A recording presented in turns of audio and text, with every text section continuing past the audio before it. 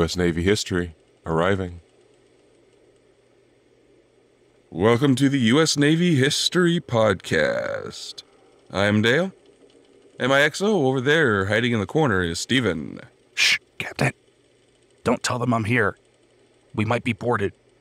Steven, you need to come here. You need to listen to these atrocities. I know you don't want to hear this, but it is important that people know this so they don't do it again. I know you're right, but it's really depressing to hear. Just let me get some comfort food. Oh, good.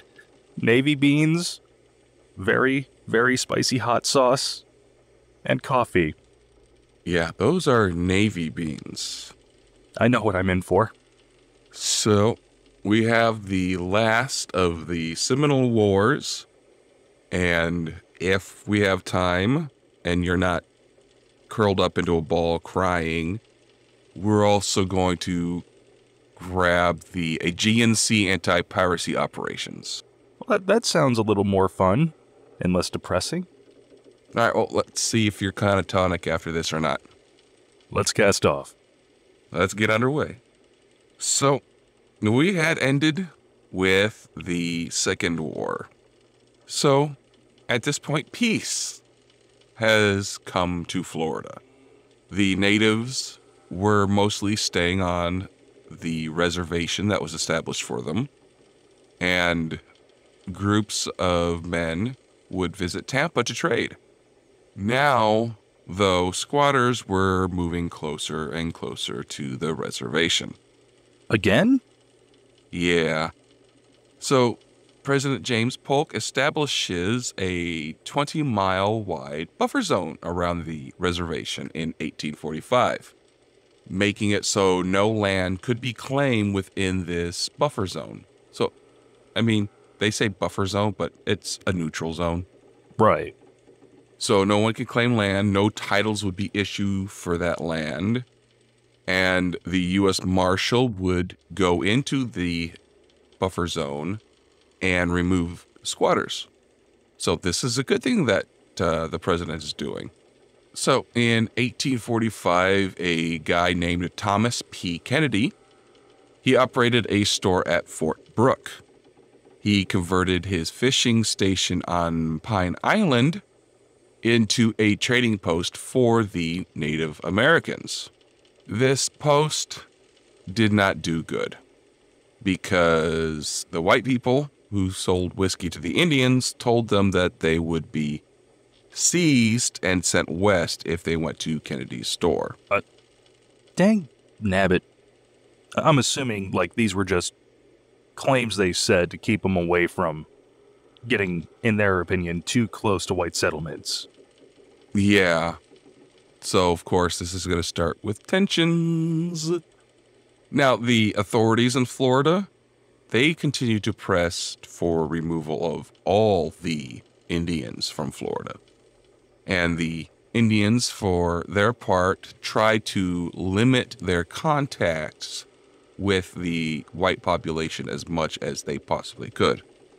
Now, in 1846, a Captain John T. Sprague was placed in charge of Indian affairs. For Florida or for the entire country? For Florida. Okay.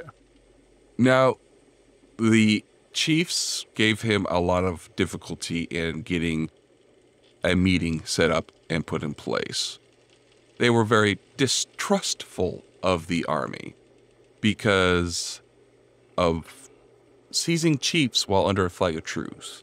Yeah, taking local leaders hostage, prisoner, whatever term you want to use, while showing up for what's supposed to be a talk, kind of understandable that they really don't want to talk with us anymore.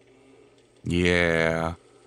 So it took about a year for him to manage to meet with all of them. And he did this while investigating a report of a raid on a farm.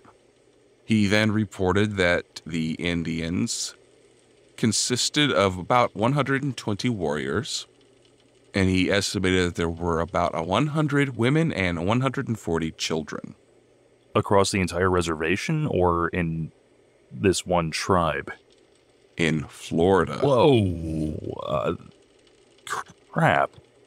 Either he's very bad at noticing folks, or we were much, much more thorough in eliminating the indigenous folks there, and that's, yeah, depressing. Eliminating, forcefully ejecting, yeah. So, the trading post on Pine Island, it was burned down in 1848. And in 49, Thomas Kennedy got himself a new partner named John Darling. They were given permission to open a trading post on what is now called Payne's Creek, which is on the Peace River. There was one band of Indians that were living outside the reservation in 49. These guys were considered outsiders. It consisted of about 20 warriors, which were under the leadership of Chipko. The tribes that were represented here were Muskogees, Miccosukes, Seminoles, Creek, and Yuchi. So on July 12th of 1849, 4 Indians from this band attacked a farm on the Indian River just north of Fort Pierce. They ended up killing a man, wounding a second man, and a woman. So, when the news of this raid reached the white folk, Oh no. most of the population of the East Coast flee to St. Augustine. They were that terrified of 120 warriors when they probably outnumbered them 10 to 1? Yes. And it's not 120, it's 20. I'm sorry, my brain just checked out because I'm trying to wrap my head around that. So 5 days later, the 4 that attacked the farm and a 5th warrior attacked the Darling and Kennedy store. 2 workers, which included Captain Payne, were killed, and another worker and his wife were wounded while they were trying to escort their child into hiding. Now, believe it or not, the U.S. Army was not prepared to engage the Indians. They didn't have very many men stationed in Florida anymore, and they had no means whatsoever to move them quickly where they could protect the white settlers and capture these rogue, quote-unquote, rogue Indians. So I assume Florida militia started mustering to take care of this. Actually, the War Department does. They start building up their forces again in Florida. They place a Major General David E. Twiggs in command. And also the state did call up 2 companies of mounted volunteers to guard the white settlements. Now, Captain John Casey was in charge of trying to get the rest of these Indians to move west. And he arranged a meeting between General Twiggs and a number of the Indian leaders over there in Charlotte Harbor. So during this meeting, Billy Bowlegs promised, with the approval of all the other leaders, that they would deliver the 5 warriors that carried out these attacks would be delivered to them in 30 days. So that's reasonable. Pretty much he's saying, hey, we did not call for or organize these attacks. This was 5 of our guys just going off on their own, raising hell. We didn't want this. You don't want this. Let us get them. They're yours. Exactly. So October 18th comes around, and Bowlegs was able to deliver 3 of the men to Twiggs, along with the severed hand of one of the others because he had been killed while trying to escape. The 5th man was originally captured, but he escaped during transport. Oh, okay, so one's still at large, but I mean, this is the mid-1800s, so that's pretty decent. That's a pretty good win. Yeah, 30 days. correct me if I'm wrong, the reservation was like 4 million square miles. Yeah, I mean, it's good work. so when Bowlegs gives these 3 men to General Twiggs, And the hand. General Twiggs and the hand. General Twiggs tells the Indians that he has orders to remove them from Florida. Twig, come on, man. Yeah. So the government will have 3 tactics to try to carry out this removal. The army in Florida was increased to 1,500 men. $100,000 was used for bribing Indians to move. And then a delegation of Seminole chiefs was brought from the Indian Territory to negotiate with the other chiefs that were still in Florida. Eventually, a couple of these guys agreed to move his people west. And in February of 1850, 74 Indians boarded a ship and went to New Orleans. They were paid a total of almost $16,000 in bribes and compensation for the property that they left behind them. So, I mean, that's about $625K in today money. How many was this? 70, you said? 74. That's not nothing, but that's the modern equivalent of pretty much telling someone to upend their life. And here's enough money to buy a beater, down payment on a place to rent, and a couple of weeks of groceries. You'll figure it out. Well, if they paid it to every single person, yes, and which that I is highly assuming doubt, everybody got a fair cut. that is a little over $8,000 to each person in our monies. Yeah, right. So yeah, that's not even a beater. Oh, Not my really. cars have gotten stupid expensive in the last year. Mm-hmm. So there were a couple of incidences that made relations after these incidents worse. What? White folks being absolute jerks to the native Harumph, I say, sir. Harumph. I just don't believe it. Yeah.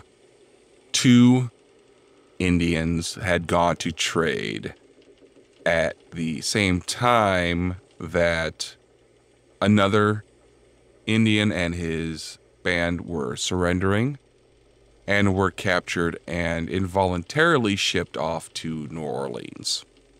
So, some folks from a different community just happened to be in the area, but because they had a somewhat similar hue to their skin, you're part of that tribe now. Off you go. Yep. Then in March, the 7th Infantry were mounted and penetrated into the reservation. And because of this, the rest of the Indians that were still in contact with the negotiators broke off the contact. Yeah. Negotiating in good faith? No big deal. That's good. Let's reach a compromise. Let's find something everybody's happy with, or at the very least, we all feel like we equally got screwed over.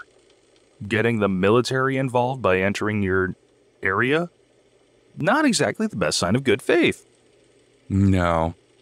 So the next month, Twiggs sent a report to Washington. And he says in this report that there was no hope of convincing any more Indians to move. Well, let's recap. You have, to quote one of the great villains of movie history, I have altered the deal. Pray I do not alter it any further. 3 times at this point? I feel like 3 times. Minimal. Okay. You have blindly sided with white settlers on any dispute between white settlers and natives, even when there's no evidence to support the claims from the settlers. You have violated the agreements you set out with the natives even more times than you've altered it. I think we're on the 10th time of fool me once, shame on you, fool me twice, shame on me. I think you exhausted the goodwill 4 or 5 times back. Oh yeah, there's no goodwill now. I don't even know how they were able to keep taking it on the chin this long. Because, these white folks there, they wouldn't have. I was going to say, the settlers, like a cow dies randomly from a disease, they probably would blame the native population for poisoning the, water well, or, doing something to the cow. So, in August, a orphan boy was living on a farm in north central Florida and was apparently, and this is a very big apparently, he was killed by Indians. So, little orphan Timmy was living on a settler's farm, and he was killed or passed away or something, and then the host family just said, oh, the natives did it? A lot of that happens all the time. Oh my God, lightning just struck my house. It's the Indians' fault. It's the same thing for the Salem witch trials. Anything that happened bad was a witch. Well, at least that one we can blame a bad harvest of rye grain. Ergot rye. It's trippy. Yeah. So eventually, enough complaints about the death reached Washington. And this caused the Secretary of War to order the surrender of the Indians responsible for the child's murder. Or the president would hold the whole tribe responsible. Captain Casey was able to get word to Bowlegs and arranged a meeting with him in April. Now, Bowlegs, again, he promises to deliver the men responsible. Although, apparently, they were members of a different band and had no authority over these guys. But the other tribe does surrender 3 men as the possible killers.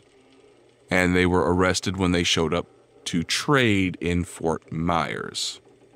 I was going to say another example of they are cooperating. They don't want hostilities. If 1 or 2 members of their community are going rogue and doing crap, they don't want that. Just let them do their thing. You've already screwed them over enough times. Now, once they were taken into custody, these guys protested their innocence, saying that their leader did not like them and that other men were the murderers. Okay. And Captain Casey believed these guys. However, they tried to escape from jail in Tampa. And when they were caught, they were chained up in their cell. Then they were later found hanging from the bars in their cell. And no further investigation went into it because, in the government's opinion, they were not United States citizens and did not require any further defense or investigation into it, I assume, right? One was still alive when they were found, but he was not cut down until the next day after he had died. What? Yep. They came in, said, oh, one's still alive. Let's check back in the morning. My brain hurts. Now, apparently, the constable who chained these 3 men into the cell was the father-in-law of a brother of one of the men killed at the Kennedy and Darling store that happened in the previous year. And let me guess, he lived a long and happy, consequence-free life. Well, they do not have his name, so I cannot confirm or deny that. I mean, if they don't have his name, that probably means that no charges were ever filed or investigation performed. We can only hope that he was killed later.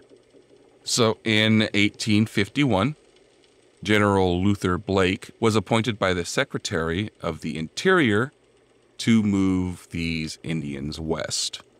He had been successful from other relocations in Georgia, so he was apparently up for the job of removing the remnants of these tribes.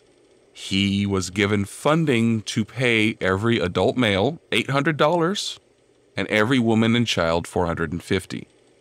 I mean, $800 per guy is about 31K now, so that's not an unreasonable amount for compensation.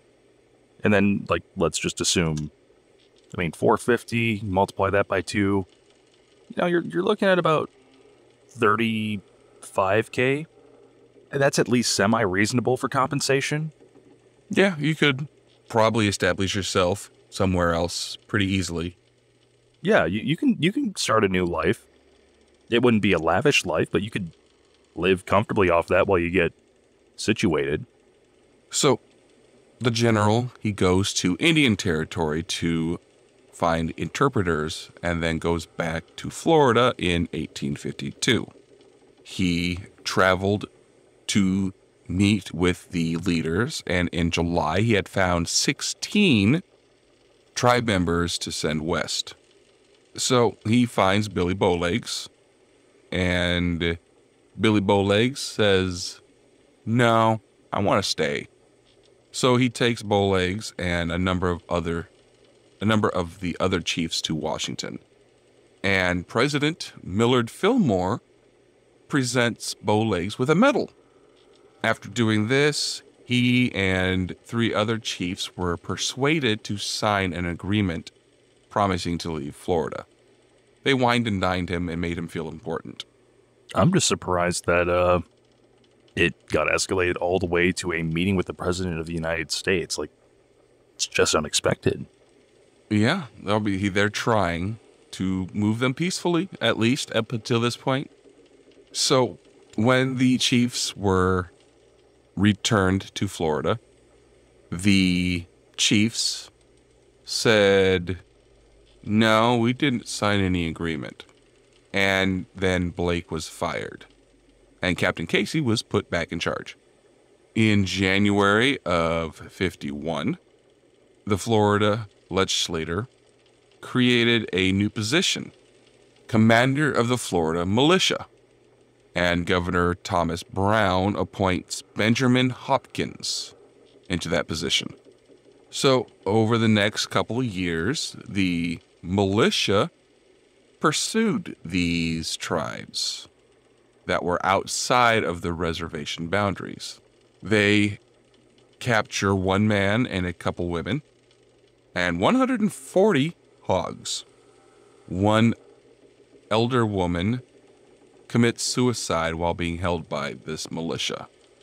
So, over a few years, all this militia can claim is, we got the bacon, we got grandma, and we got that dude. You know the dude. We got him. And they spent $40,000 doing it. So, folks, that bacon, while it is a hefty amount of bacon, that bacon cost about $1.5 million. And I doubt those were prize-winning pigs. Military spending at its finest. So that's about $3,600 per pig. That's an expensive pig. Yeah, I think the going rate for pigs nowadays, it depends on how old and how big they are when you buy them, but I think you can get a pig nowadays for under 150 if they're young enough. Yeah. So, spending $500,000. Oh, 1.5. Florida. Or $1.5 million? 1.5. Oh, I thought you said $500,000. Oh, did those pigs just break 10K? Oh.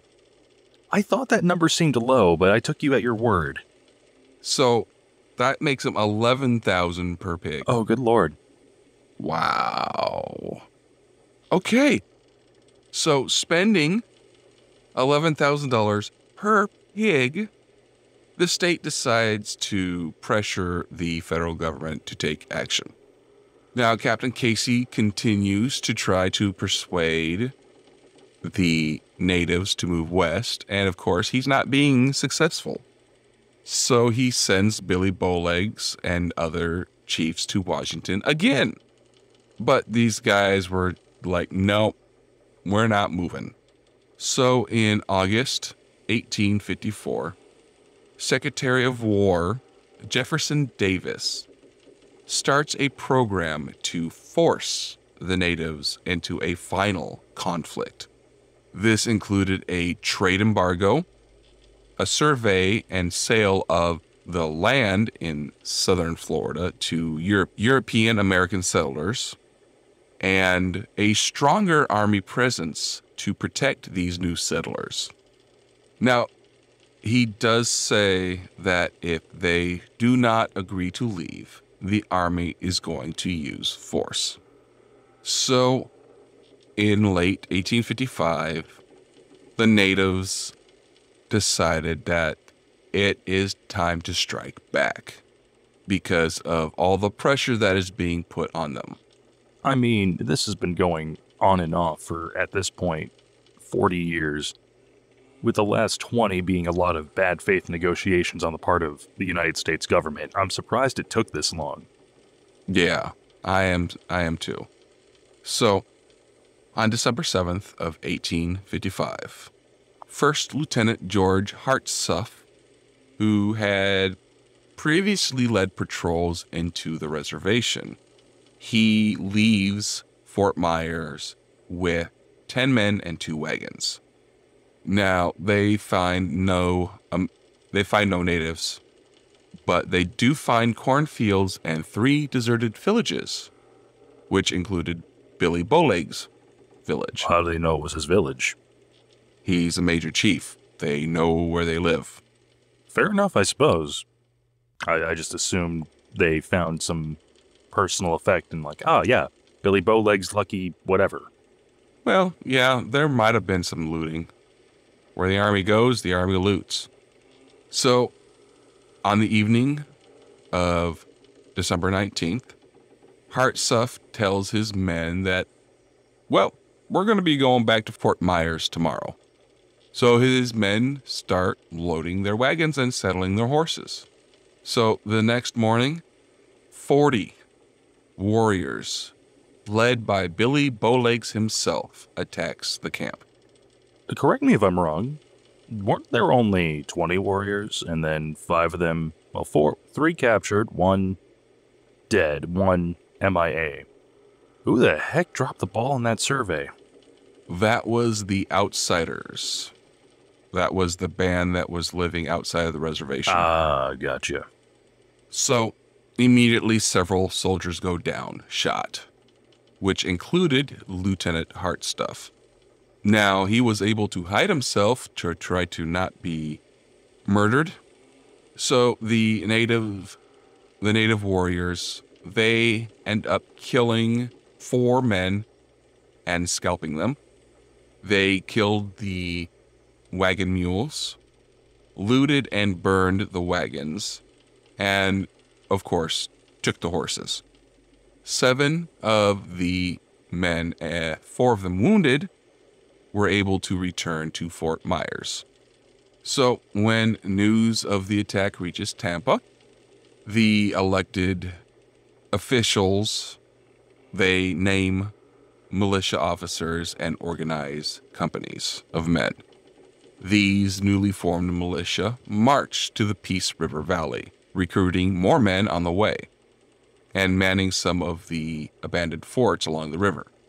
Governor James Brome starts organizing volunteer companies, and since he had limited funds because he just spent $11,000 per pig, he tried to have the army accept these volunteers. So the Secretary of War, Jefferson Davis, accepts 2 infantry companies and 3 mounted companies, about 260 men. The governor kept another 400 men mobilized under state control. So the state troops and the army troops had been partially armed and supplied by private donors. General Jesse Carter is appointed as special agent without any military rank to lead the state troops. Carter takes half of the troops and has them start growing crops. This left about 200 men available to patrol. January 6, 1856. A couple of men were gathering contai south of the Miami River and were killed. The settlers, of course, promptly flee to Fort Dallas. About 20 natives under Tuskegee attacks a woodcutting patrol outside of Fort Danaud, killing 5 of the 6 men. And this happened despite the militia units. They killed a man and burned his house in Sarasota on March 31st, and they attempted to attack Brandon Castle, which was the plantation home of Dr. Joseph Braden. The castle was too strong for them, though. But they did steal 7 slaves and 3 mules. Now, when Native Americans took slaves, did they integrate them into the tribe? Did they consider them property the same way that slaveholders did? Or do we not really know the details of how that worked? I'm sure it varied from tribe to tribe, person to person. Yeah, it varied from tribe to tribe, person to person. Some tribes did take slaves themselves. Usually they would be defeated warriors of that nature. There's lots of stories in the Old West about tribes taking women and keeping them, and very few of them ever made it back to tell the story. It just depended on the situation and who was in charge. So they had these prisoners, the mules. They ended up having to move slow, of course, because you're dragging 7 people with you and a couple of ornery mules. Yeah.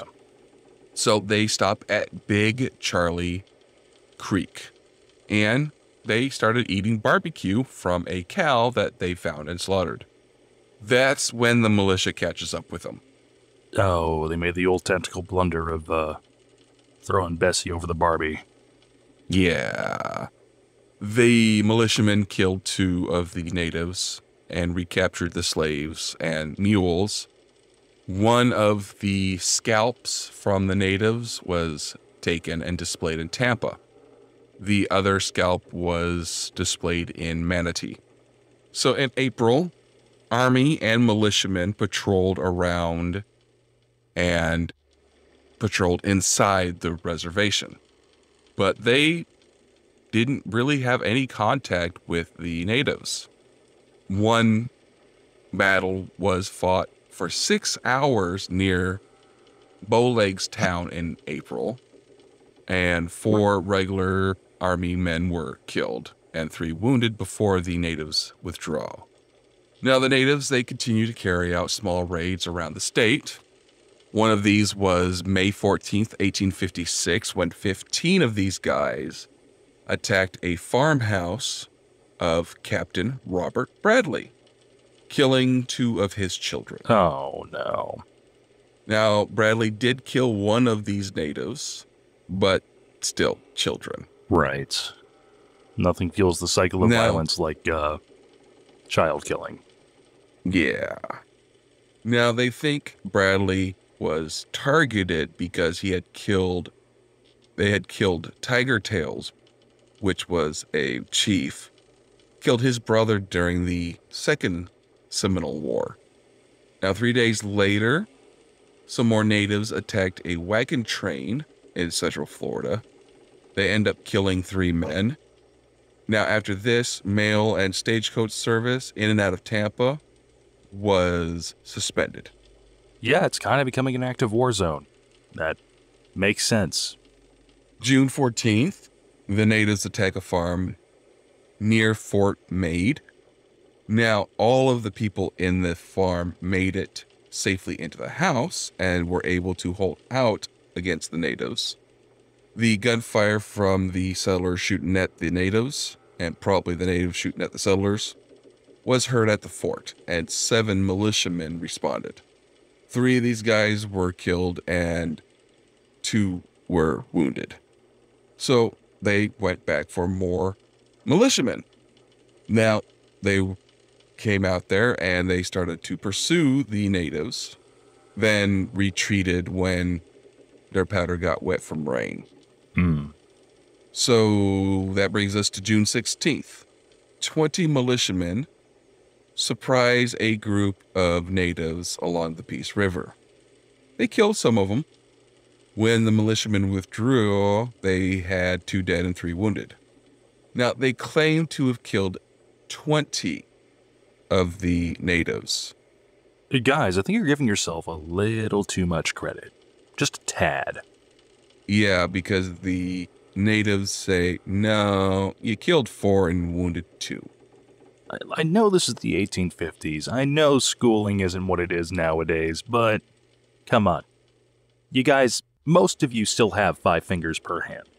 You can get that high. Now, yeah. Now, unfortunately, one of the natives that were killed was Tuscan G. He was one of the only chiefs that were actively leading attacks. So that means that the natives that were putting up a resistance just lost one of their most capable leaders for organizing resistance. Yep. Now, of course, at this time, the citizens of Florida, Floridians, they, of course, are now disheartened with militia. They started filing complaints that they were pretending to patrol for a day or two, and then they would just go home and work their fields. So they're complaining that they're playing at being soldier just to boost their ego and feel like they're, badass McGee, Indian hunter. Not only that, but they were also complaining that they were not doing anything. They were drunk all the time, and they were stealing stuff. Bravo, Florida. Bravo. They are also reporting that the officers are not submitting their paperwork. Guys, that's literally your job. But most importantly, the biggest complaint of all was that the militia is failing to prevent attacks. Yeah, I would say it is. So in September of 1856, Brigadier General William S. Harney returns to Florida and takes command of the troops. Now he remembers all the lessons he learned from the Second War and sets up a system of forts across Florida and sends patrols deep into native territory. His plan was to confine the natives to the Big Cypress Swamp and the Everglades because he believed that they would be unable to live there during the wet season. So starve them out. Yeah, this is he's attempting to set up a, whatchamacallit? Siege? A siege, yes. He thought that he would be able to catch Indians as they left the swamp, trying to find dry land to farm. So part of his plan involved using boats to reach the islands and other dry spots in these swamps. Now, before he did all this, he did make one more attempt to negotiate with the natives. Dude, no! What's the point? You keep going back on this stuff. Why would you even think they'd listen to you? Assuming they're even cool with meeting. Yeah, he couldn't even make contact. I wonder why. It truly is a mystery. Right. So, early in January of 1857, he orders his troops to start hunting the Indians. I'm not gonna like how this goes, am I? Well, he did not show very many results. By the time that he and the 5th Infantry ended up being transferred to Kansas to aid in the uprising there in April. So they send Colonel Gustus Loomis to command the troops in Florida. But since the 5th Infantry leaves, that leaves him with 10 companies of the 4th Artillery, which was then reduced to just 4 companies. So he organizes volunteers into boat companies, which were given metal alligator boats that had been built specifically for use in the Big Cypress Swamp and Everglades. What's an alligator boat? Well, these things were 30 feet long, pointed at both ends, and they drew about 2 to 3 feet of water, and they could carry up to 16 men into the swamps. So a big metal canoe. Yep. Okay.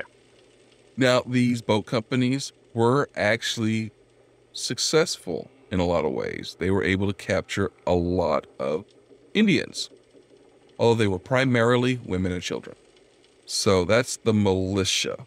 The regular army, they really didn't do very good.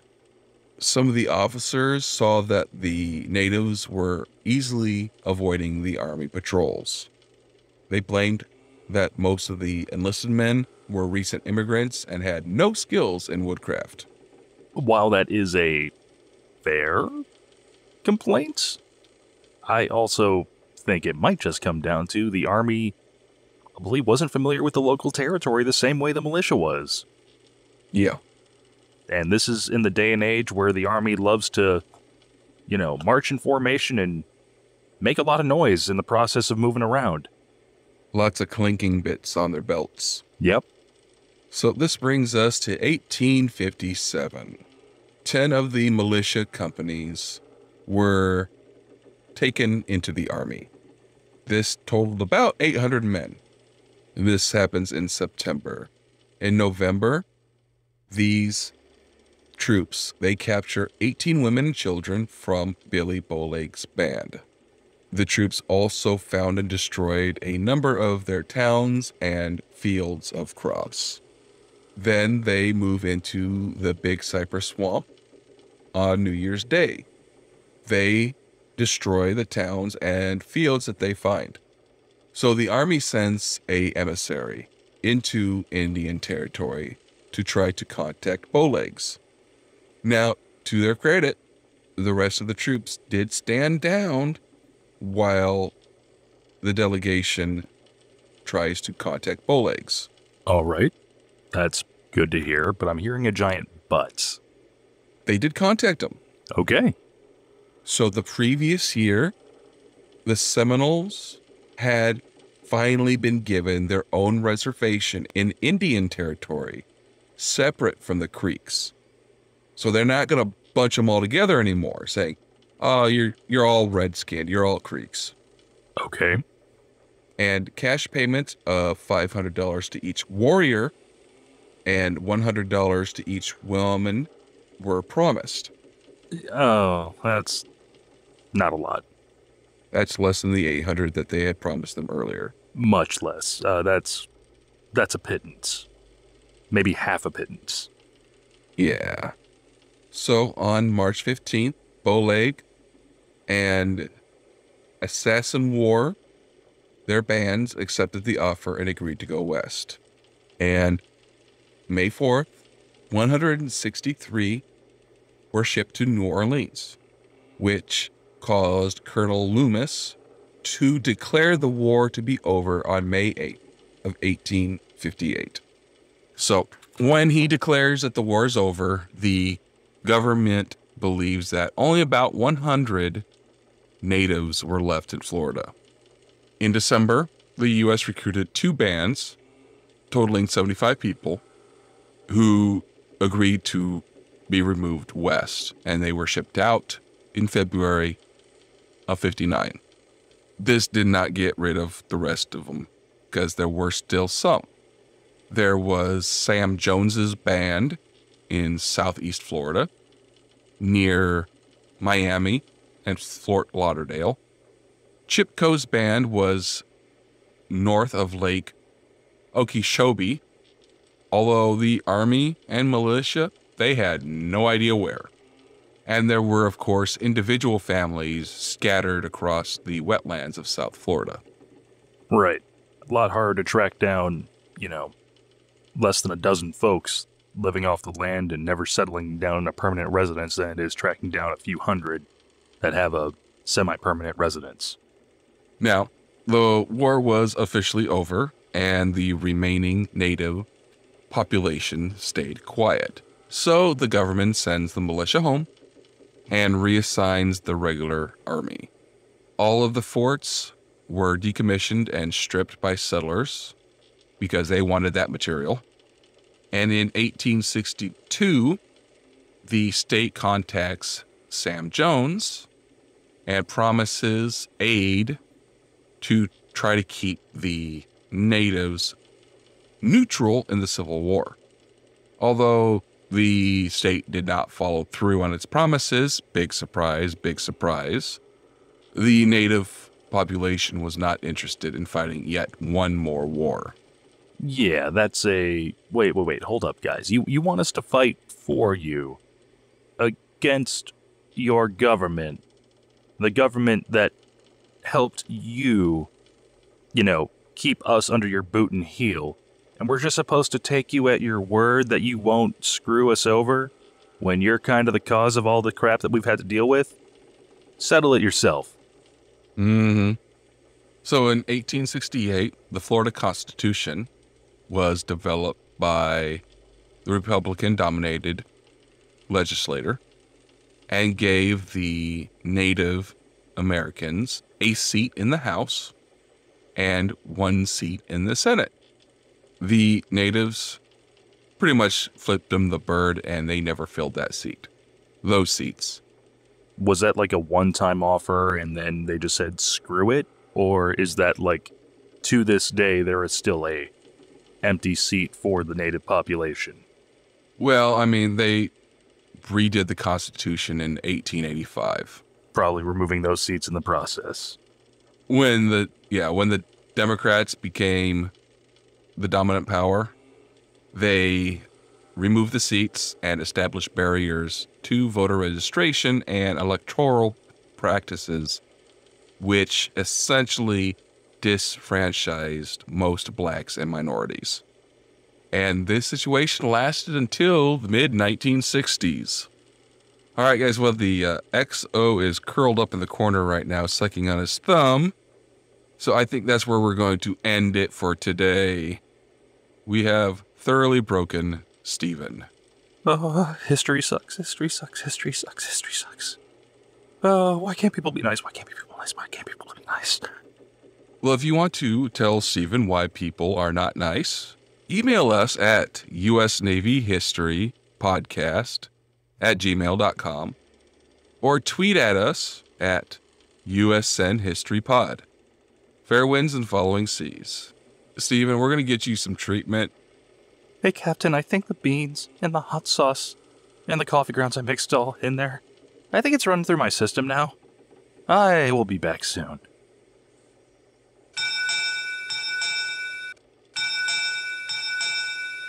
U.S. Naval History Podcast, departing.